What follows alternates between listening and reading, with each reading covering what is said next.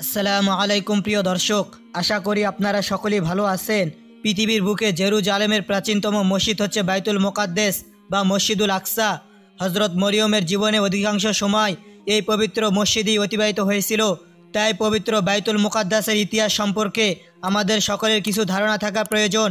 বহু প্রাচীনকালের কথা, হজরত দাউদ আলাইসাল্লাম তখন আল্লাহর নবী এবং পরাক্রমশালী বাদশাহ। তিনি জীবন সাহান্যে রাজ্যের প্রধানদের ডেকে বলেন, আমার জীবনের একটি ইচ্ছা ছিল, আমি আল্লাহর ঘর ইবাদতের জন্য একটি ইবাদতখানা তৈরি করব। তাই আমি প্রয়োজনীয় উপকরণ সংগ্রহ করেছি, কেননা আমার মনে হয় আমার দ্বারা হয়তো এই কাজ করা সম্ভব হবে না। আমার দিন ক্রমান্বয়ে নিঃশ্বাস হয়ে যাচ্ছে। আমার মনে হয় এই কাজ করা সম্ভব হবে না, এই বাসনা অপূর্ণই রয়ে যাবে।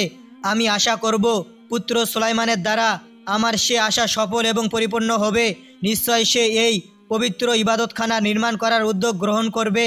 এরপর হজরত দাউদ আলাইসাল্লামের পুত্র হজরত সুলাইমান আলাইসাল্লামকে এই মসজিদ নির্মাণের জন্য প্রয়োজনীয় উপদেশ দিয়ে বলেন, আল্লাহর ইচ্ছায় তুমি সে ইবাদত ঘর তৈরি করবে, কিন্তু মনে রাখবে তা যেন কখনো বাসস্থানে পরিণত না হয়, এতে শুধু আল্লাহর ইবাদত করা হবে। এরপর হজরত দাউদ আলাইসাল্লামের মৃত্যুর পর পুত্র হজরত সুলাইমান আলাইসাল্লাম তার স্থলাভিষিক্ত পিতার ন্যায় বাদশাহী ও নবুয়ত জীবন উভয়টি প্রাপ্ত হয়েছিল। হজরত সুলাইমান আলাইসাল্লামের মতো বিশাল রাজত্ব ও অলৌকিক ক্ষমতার অধিকারী পৃথিবীতে তখন কেউ ছিল না। তাই তিনি তার পিতার মনোবাসনা পূর্ণ করার জন্য বদ্ধপরিকর হয়ে ইবাদতখানা তৈরির জন্য পদক্ষেপ গ্রহণ করেন। যেহেতু প্রয়োজনীয় উপকরণ আদি হজরত দাউদ আলাইসাল্লাম সংগ্রহ করে গিয়েছিলেন, সুতরাং এই ক্ষেত্রে প্রয়োজন শুধু সেই সব ঘর নির্মাণ করা।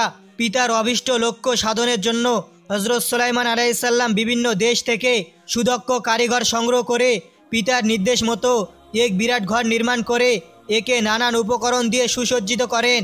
এরপর বনি ইসরায়েল বংশের লোকগণ দলে দলে এসে এই মসজিদে আল্লাহর ইবাদত করতে থাকে। পরবর্তীতে বহু বছর পর্যন্ত হজরত দাউদ আলাইসাল্লামের বংশধররা রাজত্ব করেন। তাদের অনেকের ইমানদার এবং কেউ কেউ মূর্তি পূজারী ছিল। এরা নিজেরা যেমন মূর্তি পূজা করত এবং প্রজাদেরকেও তার করার নির্দেশ দিত। এজন্যে কালক্রমে বাইতুল মোকাদ্দেস এর আশেপাশে মূর্তি পূজা ও বিভিন্ন রকম শিরকি কাজে সমাবেশ ঘটেছিল। এই জন্য পরবর্তীতে সে বিশাল বংশ আল্লাহর গজবে নিপীড়িত হয়ে ধ্বংস হয়েছিল। বাবেলের বাদশাহ বখতানসরের বিরুদ্ধে দাউদ আলাইসাল্লামের বংশের শেষ বাদশাহর জেরুজালেম আক্রমণ করে সেখানে এক শাসনকর্তা নিয়োগ করেছিল। সেই শাসক এক সময় বখতানসরের বিরুদ্ধে বিদ্রোহী ঘোষণা করে তুমুল বিক্রময়ে দেশটিকে একেবারে বিধ্বস্ত করে। এমনকি আল্লাহর ইবাদত ঘর বাইতুল মোকাদ্দেসের মূল্যবান সামগ্রী লুট করেছিল। পরবর্তীতে বখতানসরের পুত্র বলশেজর বাইতুল মোকাদ্দেসের লুণ্ঠিত মালামাল নানান অপমানকর কাজে ব্যবহার করেছিল। আল্লাহর পবিত্র ঘরের পবিত্র সমগ্রকে অমর্যাদা করার অপরাধে বলশেজরের রাজত্ব ধ্বংস হয়। পরবর্তীতে ইয়েমেনের বাদশাহ বাবেল শহর অধিকার করে বলশেজর ও তার ধর্মবিরোধী বংশধরদের সাথে কঠিন আচরণ করেন। এরপর ইরানের বাদশাহ বন্দী ইহুদিদেরকে মুক্তি করে বলেন, তাদের ইচ্ছে হলে জেরুজালেমে ফিরে যেতে পারে এবং নিজেদের প্রভুর উপাসনা ঘর বাইতুল মোকাদ্দেস পুনর্নির্মাণ করতে পারে। জেরুজালেমের ইহুদিরা ফিরে এসে বাইতুল মোকাদ্দাস পুনর্নির্মাণের ব্যবস্থা করার পর পুনরায় দলে দলে লোক সেই পবিত্র ইবাদত ঘরে আল্লাহর ইবাদত করে থাকে।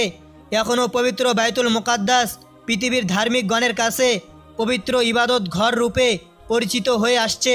কালক্রমে এই মসজিদের মর্যাদা এমনই লাভ করে যে বিদ্যাপান্না ও দুর্দশাগ্রস্ত মানুষ যখন কোনো বিষয়ে আল্লাহর কাছে আবেদন করে তখন বাইতুল মোকাদ্দাসকে ওসিলা করে উল্লেখ করে।